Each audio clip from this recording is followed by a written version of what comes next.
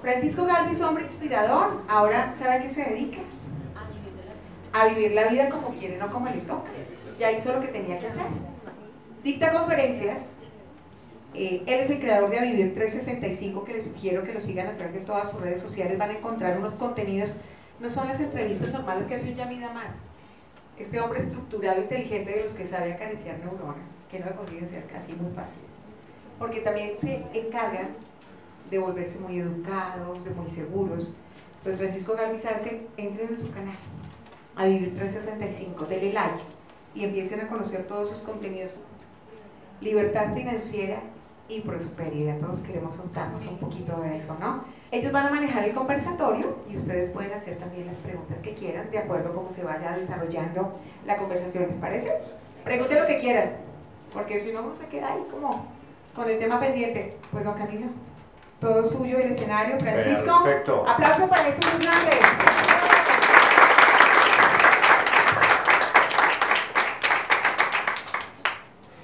Bueno, como dijo Rosy, tenemos un invitado supremamente especial.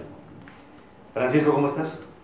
Muy bien, Camilo. Aquí estoy muy contento. Realmente he disfrutado mucho el evento. He estado desde las 11 y me arrepiento un poco de no haber venido más temprano. Claro, a madrugar, ¿no? Como estuvimos todos. La verdad que me han gustado mucho las conferencias y creo que podemos tocar parte de lo que se ha hablado, como para resumirlo y digamos, englobarlo dentro de lo que vamos a hablar los dos. Claro que sí. Y el tema en lo que es experto Francisco es obviamente en cómo manejar nuestras finanzas. Porque ¿quién de nosotros no ha tenido problemas monetarios, problemas con el dinero? Y muchos de esos problemas, Francisco, pueden ser en nuestras creencias, se pueden basar en nuestras creencias, ¿cierto? Sí, de hecho estoy trabajando en crear un taller vivencial que se va a llamar El Dinero y Yo, porque curiosamente viendo la presentación de Ana Beatriz, donde ella nos hablaba de cómo eran las relaciones que tenía uno con sus padres, con su mamá, con su papá, cómo la relación con el dinero tenía que ver con la relación con la mamá, pues con el dinero también cada uno de nosotros tiene una relación. A mí me gustaría, por ejemplo, preguntar si aquí hay personas que tienen alguna relación conflictiva con el dinero. Que levanten la mano. Mira, ¿Ah? ya hay 1, 2, ¿alguien más? 3. 4, bueno, realmente yo creo que casi que todas las personas tenemos una relación difícil con el dinero, porque es un tema que nos cuesta trabajo manejar, es un tema que nos cuesta trabajo asimilar. A veces como que es malo tener dinero, a veces como que es malo no tenerlo. Realmente es una relación bastante como de amor y odio. Entonces, aprovechando que Ana Beatriz nos hizo el parangón con el tema de las relaciones con los padres, creo que sería muy bueno que habláramos un poquito de esas creencias que hacen que nuestra relación con el dinero pues sea problemática. No sé, en tu caso, por ejemplo, ¿qué creencias tienes tú alrededor del dinero? Bueno, yo he cambiado un poco mi forma de pensar. Tuve muchos problemas porque venimos de una familia en donde nunca había para nada, en donde teníamos que limitarnos a lo que alcanzaba. Siempre mi papá siempre era una persona que se quejaba por todo, con una mentalidad muy negativa, y me costó a mí muchísimo romper todo eso para poder avanzar. Hoy mi mentalidad es diferente, pero tuve ese problema y casi no puedo salir. Sí, por ejemplo, nosotros en el ejercicio que estamos haciendo de diseñar el taller, reunimos un grupo de personas y les preguntamos qué creencias tenían alrededor del dinero. Entonces, por ejemplo, hay personas que asocian la bondad con la pobreza. Ah, sí. Hay personas que de sus padres recibieron consejos como: mi hijito o mi hijita, para tener algo en la vida hay que endeudarse. ¿Alguno de sus padres les dijo eso en alguna ocasión? ¿Sí? Luchar y luchar. Mira, hay que luchar y luchar. Hay que luchar duro, hay que trabajar sin descanso. Que los ricos son malos, también he escuchado por ahí, ¿cierto? O sea, que es más fácil que entre un camello por el ojo de la aguja que un rico. Eso es muy interesante, ¿no? Empezando por la religión. Sí, yo creo que la religión todavía tenemos un sentimiento de culpa y creo que nos pasa a todos, o sea, incluido yo en su momento, el hecho de que uno tenga dinero lo puede hacer sentir de alguna manera culpable, ¿sí?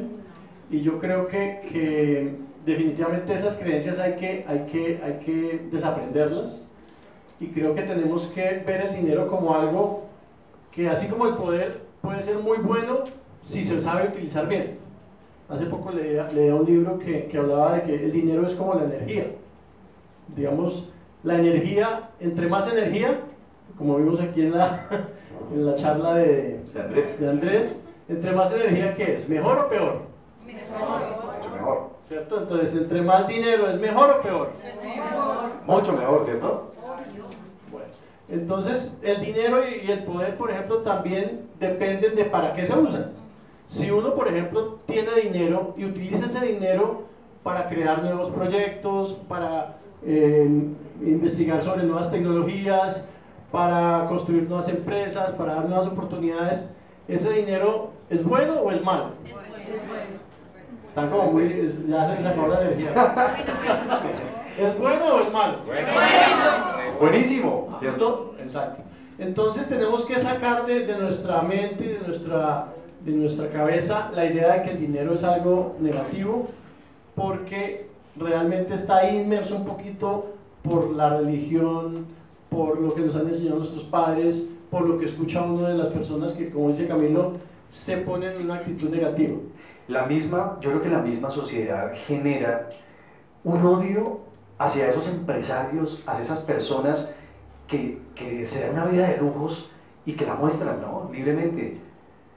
Un ejemplo hace poco lo tuvimos en redes sociales con Sofía Vergara, que le hizo una fiesta, ¿sí lo vieron en redes? Le hizo una fiesta tremenda a su perrito porque cumplió años o meses, no sé. Y la gente en redes se fue, lanza el ristre contra ella, y ella dijo, yo hago, además de esto, o sea, me puedo dar el lujo de hacer esto, pero también ayudar a muchísimas personas con varias fundaciones que tengo. Y le preguntaba a las personas, ¿usted hace algo como esto? Entonces, ¿por qué se genera eso, Francisco? Sí, por ejemplo, yo viví unos años en Estados Unidos. En Estados Unidos, la gente, cada uno vive su vida. Bueno, Estados Unidos tiene muchos problemas, tiene muchos temas que pues, también son cuestionables, pero hay una cosa que allá es muy buena y es, allá el que tiene el yate gigantesco sale y disfruta su yate, el que tiene una canoa, un barquito chiquito sale en su barquito, todo el mundo disfruta de acuerdo a lo que tiene y no hay como esa sensación como de envidia que se vive en estos países. Despierta acá. Entonces la gente que tiene dinero tiene que esconderlo porque entonces lo van a secuestrar o lo van no lo van a querer o lo van a... Sí, digamos que eso es negativo porque dificulta que se construya y se genere riqueza en el país. Y es que incluso la familia, ¿no? Incluso está en una reunión, uy, ahí llegó la rica de la familia, llegó el rico de la familia, ¿cierto? Yo quisiera preguntarte, Camilo, para que hablemos un lenguaje común, para ti, ¿qué es el dinero? O sea, una definición del dinero.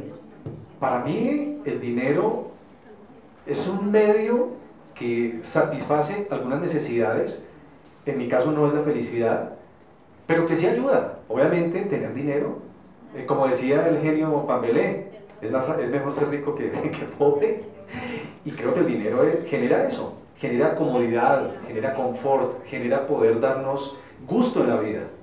Para mí es eso. Ok, ¿algún voluntario? Aquí con la mano vamos, mira. ¿Qué es el dinero para ti? ¿Qué es el dinero?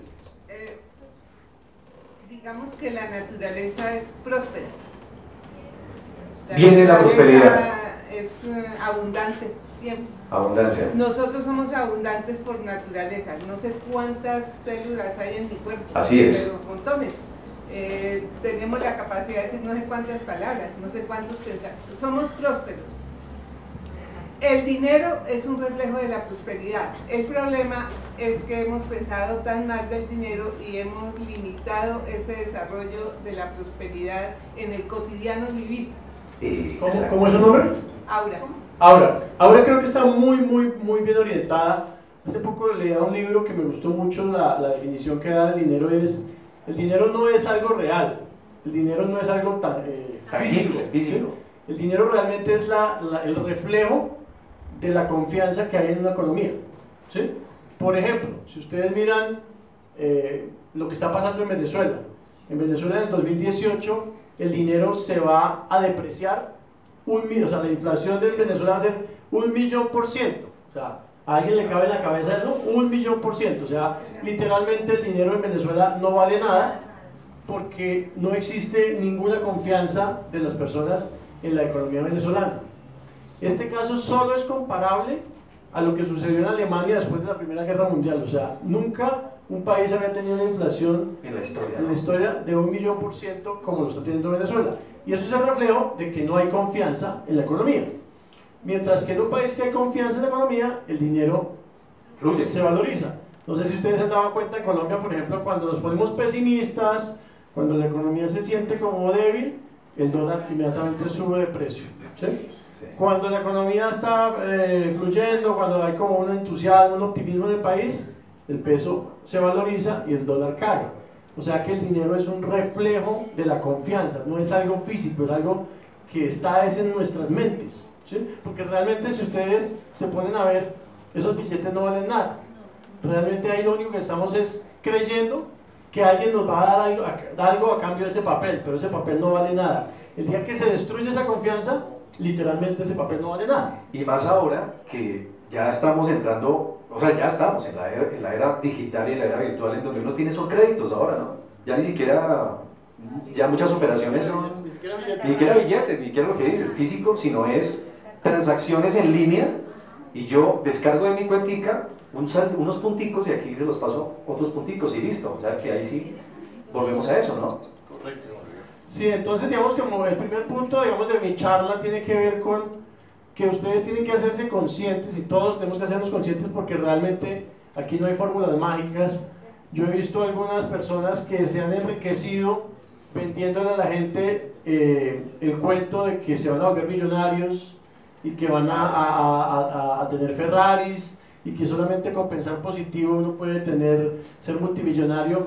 Eso realmente no es así, la vida no es así, las fórmulas mágicas no existen, pero obviamente si uno hace la tarea, hace las cosas bien, o por lo menos tiene conciencia de qué es lo que cree, o sea, porque una de las cosas que explicaba aquí Andrés, que me parece muy práctica, es, para ser consistente, lo primero que hay que hacer es revisar qué es lo que uno piensa. O sea, entonces aquí la primera tarea es qué es lo que pensamos alrededor del dinero. ¿Qué posición tengo yo frente al dinero? Porque si ustedes piensan que el dinero no es bueno, pues lo van a alejar de sus vidas. A espantar. Si ustedes piensan que el dinero es algo que puede hacerlos mejor persona, que los puede ayudar a ser más felices a ustedes mismos y ayudar a más gente, es posible que el dinero se acerque a ustedes, ¿cierto? No, maravilloso. Bueno, ya trayéndolo más hacia nuestra realidad, ¿cómo podemos nosotros hacer que nuestras finanzas sean más organizadas? ¿Podemos lograr eso? Sí, claro, Camilo. Lo que pasa es que es un trabajo. O sea, una de las cosas que yo he aprendido en la vida y he visualizado también es que los seres humanos tendemos a huirle a las cosas que nos causan molestia, que nos causan dolor, que nos causan sufrimiento, que no podemos, que nos incomodan. Entonces, por ejemplo, como la mayoría de las personas luchan y pasan, digamos, dificultades con el tema del dinero, pues lo que hacen en lugar de ponerse a estudiar respecto, digamos, a adquirir una educación financiera, entender bien cuál es su situación, en dónde están parados, qué activos tienen, si están gastando más de lo que son sus ingresos, en lugar de hacer esa tarea, simplemente como que lo meten allá debajo de la alfombra. El tema lo evaden. Es como si el problema se fuera a resolver metiendo la cabeza dentro de la tierra. ¿Solo? Y resulta que lo único que va a pasar ahí es que se va a empeorar. O sea, necesitamos un diagnóstico financiero.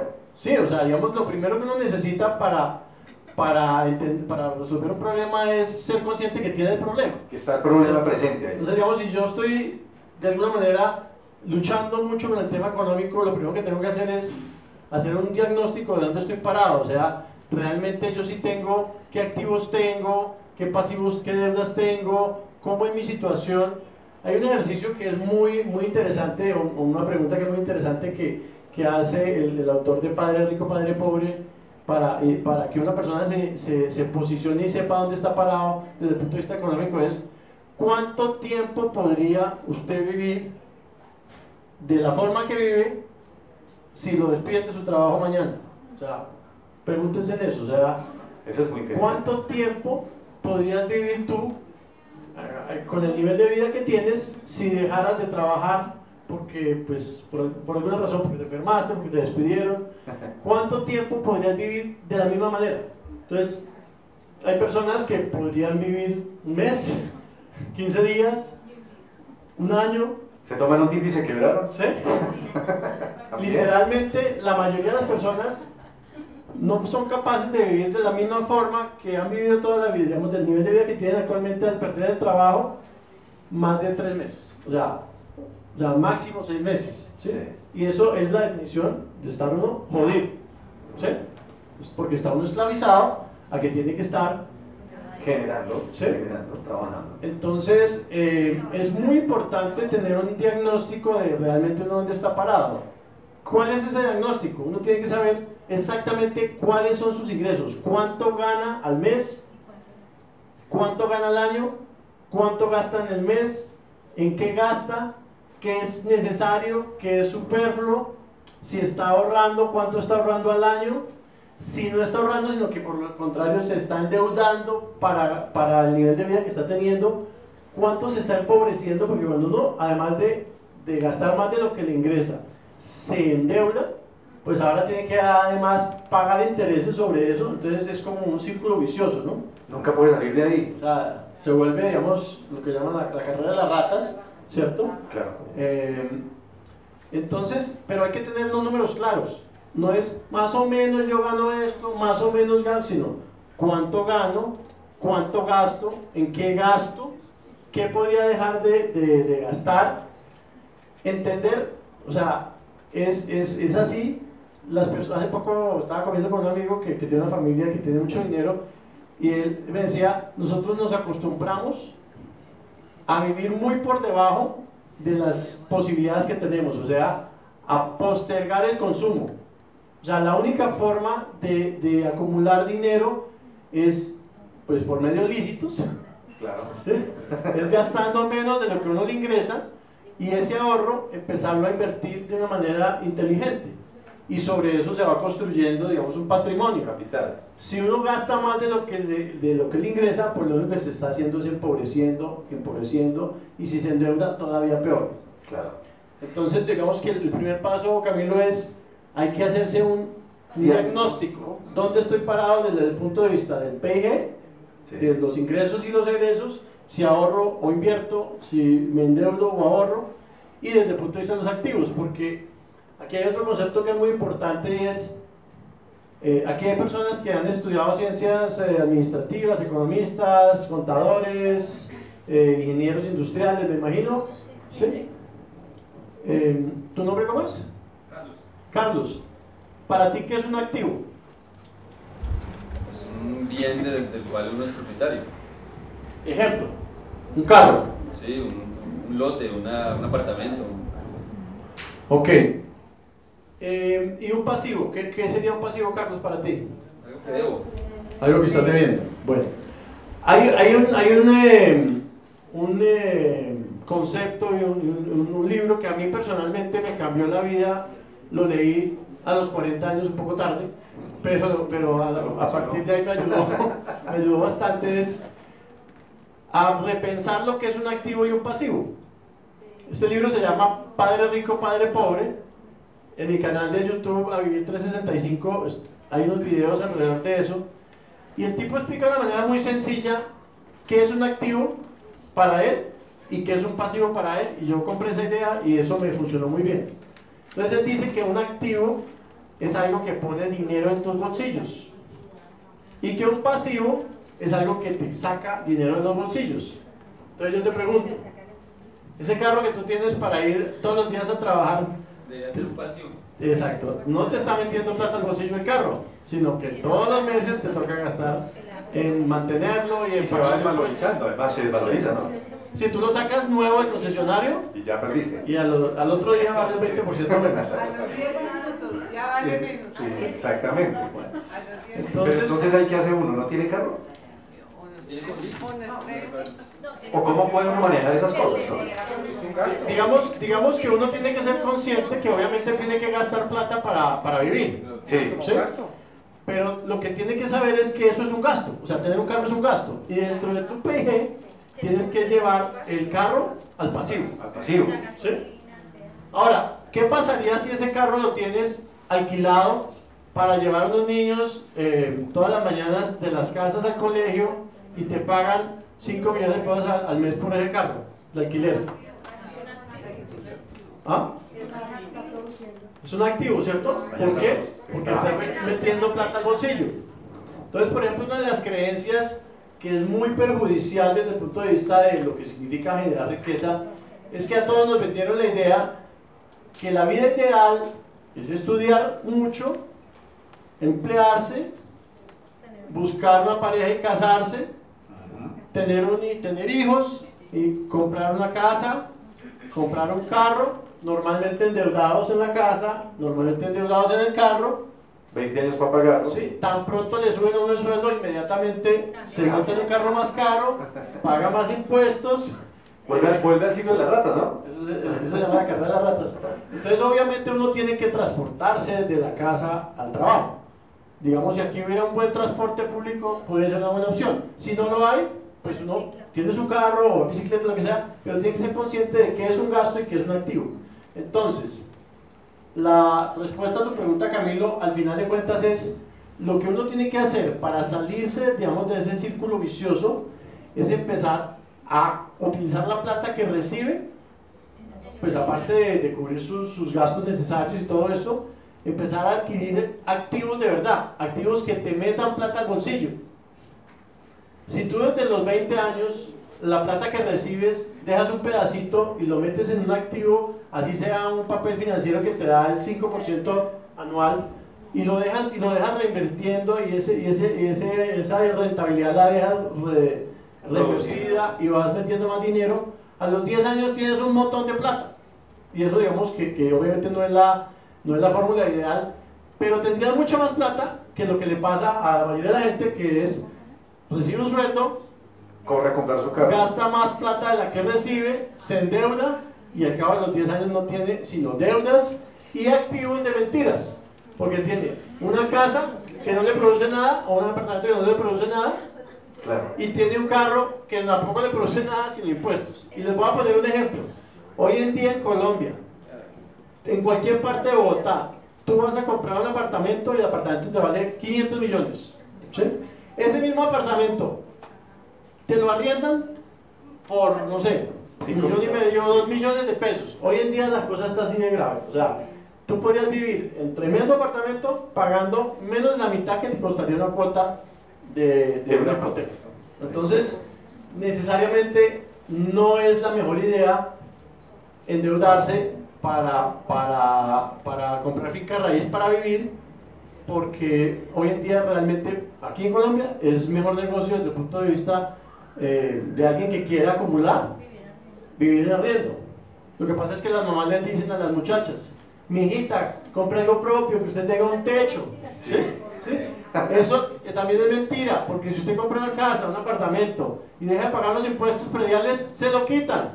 claro. Si deja de pagar la administración, se lo quitan. Entonces, Y ya la administración es prácticamente un arriendo. la casa no es de uno, la casa es del banco o del gobierno o del condominio.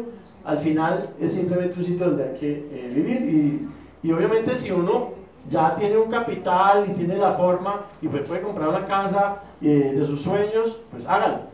Pero primero enfóquese en construir unas rentas que le ayuden a acumular dinero. Claro. ¿Qué tan conscientes son las personas en general de su situación financiera? Muy poco, y lo digo yo con conocimiento de causa. Miren, yo les voy a decir, yo soy economista, soy especialista en finanzas, soy MBA, ¿sí? Sí. Y hasta hace muy poco tiempo me hice consciente, pues cuando leí el libro de Padre Rico, Padre Pobre, de que tenía que manejar, de que tenía que ser estricto en llevar el control de mis gastos, de mis inversiones, porque yo era un poco parecido aquí a como comentaba Andrés, a gastar. A gastar, ¿sí? solo gasto. Como gano bien, entonces gastemos. Gaste. Y la gente cae en esa trampa, ¿no? Entre más gana, más gasta y gasta mucho más que digamos, si uno mira la gente que tiene ingresos bajos en nuestro país, esa gente es mucho más consciente financieramente Claro. que la gente que, digamos, de clase media o clase media alta, que termina súper endeudada tratando de vivir una vida que no, o demostrarse, digamos, Demostrarse, ¿no? Sí. Sí. Entonces, Esclavos de la consumación. Nos volvemos esclavos de eso, ¿no? Caemos en el juego del sistema, diría yo. claro, además porque el sistema se mueve sobre la base que la gente consuma. Entonces todo el tiempo tenemos estímulos, cambie de carro, cambie de casa, cambie de ropa, compre, buscando la felicidad en las cosas que compramos, y resulta que hay casos que conozco y resulta que la felicidad no está en lo que uno compra, porque tan pronto, o sea, a mí me ha pasado porque yo era así, compra uno el carro que se soñaba, al otro día ya le pasó, o sea, el instante de felicidad dura como... Mientras no se ¿Sí? pone el Y concesionario. cada vez dura menos. ¿Por qué? Porque tú compras el mejor carro posible y al otro día ves los anuncios de 10 carros mejores. Claro. ¿Sí? ¿Y qué pasa? Se siente frustrado. Se siente frustrado. Ahí es donde es importante la conexión de trabajar en nuestro ser, trabajar en todos los ámbitos, ¿no? En nuestra espiritualidad, en nuestro ser, en el ámbito financiero, conocerlo. Yo sigo empleando una técnica muy arcaica que me enseñó mi abuela. Ella era muy inteligente porque ella manejaba las finanzas en la casa de mis abuelos. Y ella tenía un acordeón, y lo había hecho, ella lo fabricaba su acordeón. Mi abuelo le daba la plata del mes y ella cogía sagradamente y cogía para el mercado, para los buses, para hasta para los regalos, porque sabía que al mes siempre hay que dar algún regalo. Y cogía, y yo miraba y le decía, bueno, y así, viéndola, aprendí, la he aplicado y me encanta. Cuando recibo ingresos de más, sigo con el mismo presupuesto. E incluyo también ahí diversión y entretenimiento, ¿no? Porque es importante, creo yo. Claro, digamos que... Dime.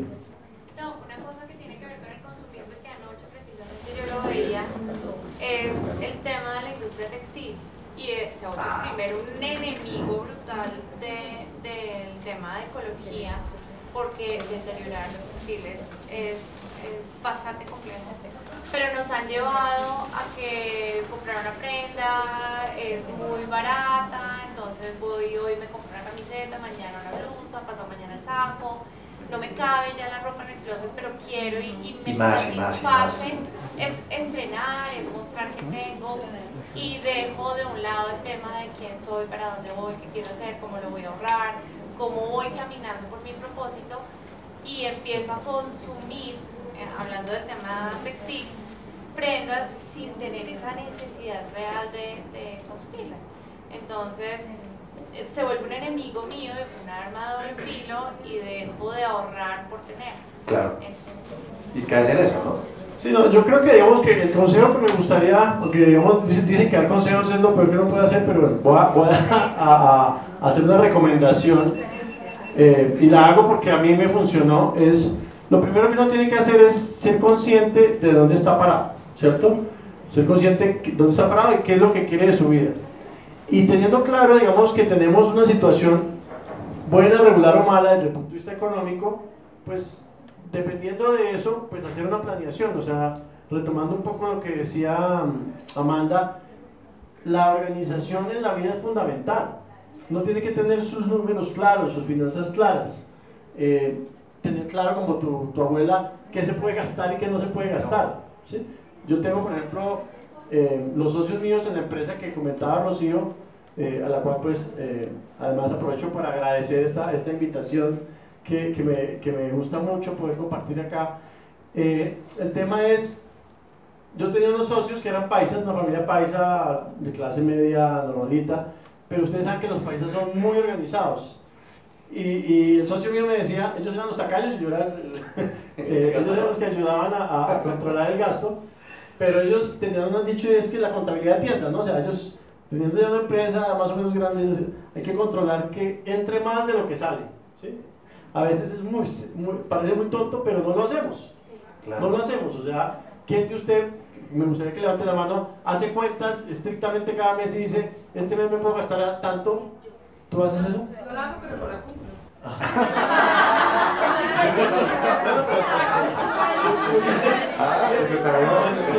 ¿Tú lo haces y qué pasa con Sí, eso? lo que pasa es que ahí es donde, o sea, yo empiezo a pecar, es cuando llega el excedente.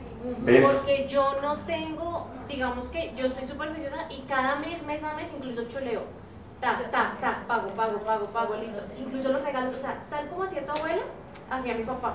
Y yo hago así tal cual. Pero entonces cuando llega el excedente, es cuando yo me empiezo a acordar, pucha, pero no, tengo que cambiar tal cosa de la casa o tengo que hacer tal otra cosa.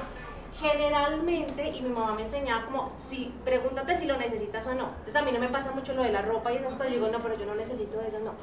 Pero casi siempre termino gastando, es como o en la casa, o en mi hijo, o en no sé qué, porque pienso que como que, hace rato no le compro tal cosa, o hace rato no sé qué, y ahí es donde se me empieza a ir. Entonces eso que me pudo, o sea, tan organizada pues que estaba, ya me tiré el ahorro, o me tiré pues lo que me entró, ahí. ajá, ahí ya lo desorganicé. Entonces, claro. Ahí ya lo identifiqué, digamos que estoy en esa parte, en trabajo desde pedazos. Pero bueno, eres consciente. Sí. Eso está muy bien. A mí me trae a la memoria algo que con lo que estás diciendo es, antes de yo leer el libro este que les digo de Padre Rico, Padre Pobre, él hace mucho énfasis porque los hijos de los ricos piensan como ricos y porque los hijos de los demás piensan como pobres, ¿sí? Sí. Y es que los ricos todo el tiempo están pensando en qué invierten el dinero, o sea, el dinero que les sobra, el dinero que tienen, están pensando qué negocio pongo, en dónde lo meto, ¿sí? Y la clase media de los pobres todo el tiempo piensan en qué gasto la plata, Claro. en qué la gasto, o sea, permanentemente está uno, y lo digo porque yo era así, o sea, recibía plata, bueno, era que me iba a comprar, ¿sí? Claro, Y si me sobró esto. Y cosas que no necesitaba, ¿sí? Mientras que la gente que acumula dinero es porque todo el tiempo está pensando, esta plata, ¿dónde la pongo a producir? ¿En qué negocio la monto? En adquirir activos. En adquirir para activos. que genere Meter plata. para invertir. De- Los otros solo consuman. Saca. Claro, porque uno está acostumbrado a administrar pobreza. Realmente eso es lo que pasa, yo creo que en toda América Latina. Nosotros administramos pobreza. Y yo sí quiero, no sé si tú tengas un tipo, una respuesta para eso con el tema de los hijos. Porque, digamos, los hijos están en esa sociedad de consumo y todo el tiempo te piden. Y cuando son chiquitos, y creo que es muy difícil para uno cuando uno les tiene que contestar, no tengo plata para comprarte esto, o no te lo puedo, o sea, ¿cómo manejar el no tengo plata ahora para no crearles como esa mentalidad pobre? Con creencias Esas limitaciones. Sí, yo tengo hijos, mis hijos ya están grandes. Mi recomendación, digamos, lo que yo he vivido es, no es bueno decirle a un hijo, ni uno mismo decirse, no, es que yo no tengo, no puedo, no hay plata para esto. Pero a los hijos hay que ponerle límites, ¿sí? Yo he visto personas últimamente que se volvió que los papás le tienen miedo a los hijos y no los hijos a los papás, ¿cierto? A que la gente no le tiene miedo a decirle a un hijo que no, ¿sí? Yo en mi caso particular tuve la fortuna más o menos de tener ingresos buenos en el trabajo que hacía y tal, pero yo siempre a mis hijos les di las cosas necesarias, buena educación sobre todo. Hay una cosa que es un consejo también, una cosa muy importante es, si hay algo en lo que no debería uno ahorrar, es en pagarse una buena educación o en pagar una buena educación a sus hijos, ¿sí? Porque eso se multiplica, ¿sí? Digamos, esa es una plata bien invertida, ¿sí? Entonces, ¿qué pasa? Si tú, por ejemplo, a tu hijo, pues decirle no a todo, pues no es manejable, ¿sí? Pero tú puedes decirle que no a ciertas cosas y que sí a otras, y lo vas llevando en un esquema donde él entienda que no todo se puede, que hay algunas, y no necesariamente porque no hay, sino porque no lo necesita o porque... Hacerlo consciente también, ¿no? Tú decías ahorita que si entendí bien que no es buena inversión comprar, digamos, un apartamento, sino crear rentas. Y yo me quedé pensando, bueno, ¿cómo se crea? ¿Cómo poder capitalizar el dinero si te entendí bien? ¿Qué ejemplo? Pues, digamos, la definición básica de activo es cosas que te ponen plata en el bolsillo.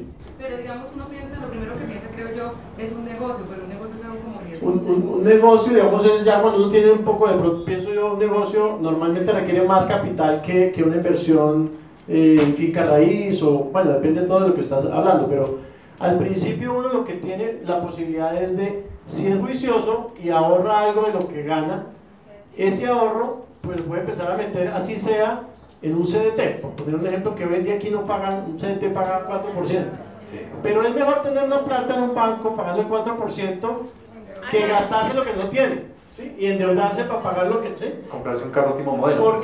Porque ese CDT te rinde una plata. Si tú sigues metiendo plata de la que ahorras, ahí hay un interés compuesto y vas acumulando algo, y el día de mañana tienes para comprarte una camioneta para alquilar, para que lleven niños de la casa al colegio, y en ese momento alguien te va a decir, te voy a pagar 2 millones, 3 millones, 5 millones por esa camioneta para poder prestar ese servicio de transporte de niños, por decir algo.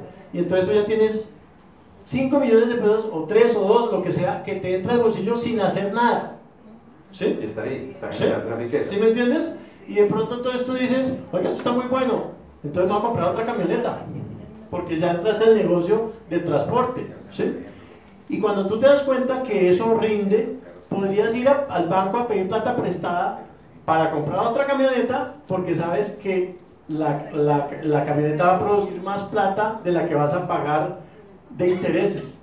Entonces, una forma, digamos, endeudarse no es malo. Lo que es malo es endeudarse para cosas que no producen dinero. O sea, endeudarse, por ejemplo, Para la comida, para viajar. Sí, no, digamos, Pagar el mercado con la tarjeta de crédito, por ejemplo. no, y sí, pues, inclusive pagar un carro a crédito es una cosa, digamos, que no es aconsejable. O sea, es preferible, digamos, tener un carro menos lujoso, menos costoso, pero no entrar en deudas con el... Ya me están diciendo que se acabó el... Sí. Bueno, para cerrar, Dame un segundito. Yo mira, Con respecto a los hijos, ¿No? con respecto a los hijos, es importante, así como el hijo se construye paso a paso, compartido con sus papás, en las experiencias, en todo lo cotidiano, es bueno que se aprenda a manejar el dinero exactamente. O sea, él debe saber que lo que yo quiero lo tengo que programar, que esperar, que ahorrar, que esforzarme. Y no el papá dice, uy, no es que necesita tal cosa y comprársela. No, quiero unos zapatos. Es una cosa bien elemental. ¿Cuánto valen? Valen 250.000 pesos. Mi amor, yo te voy a dar 100.000 pesos y vamos a ahorrar el resto que hace falta. O sea, son cosas que tienen que ir dentro de la dinámica familiar, claro, el aprender, la concepción del dinero. y aprenden a valorar. Claro. Eso es excelente, es un excelente aporte. Realmente, por ejemplo, cuando los hijos ya tienen cierta edad, lo mejor es decirles, usted tiene una mesada de tanto, y que ellos aprendan a manejar esa plata, Administrarla. y si se le gastan antes, pues fregados, Sufran. o saben que tienen ese límite y empiezan a tener el sentido de lo que vale el dinero. Yo siempre digo que tengo 2 hijos y siempre digo que ellos deben sentir un poquito de hambre y un poquito de frío para que valoren las cosas y cómo se consiguen. Es la única manera de darles el ejemplo y que ellos también busquen trabajar por ese propósito. Sí, claro. Estoy totalmente de acuerdo.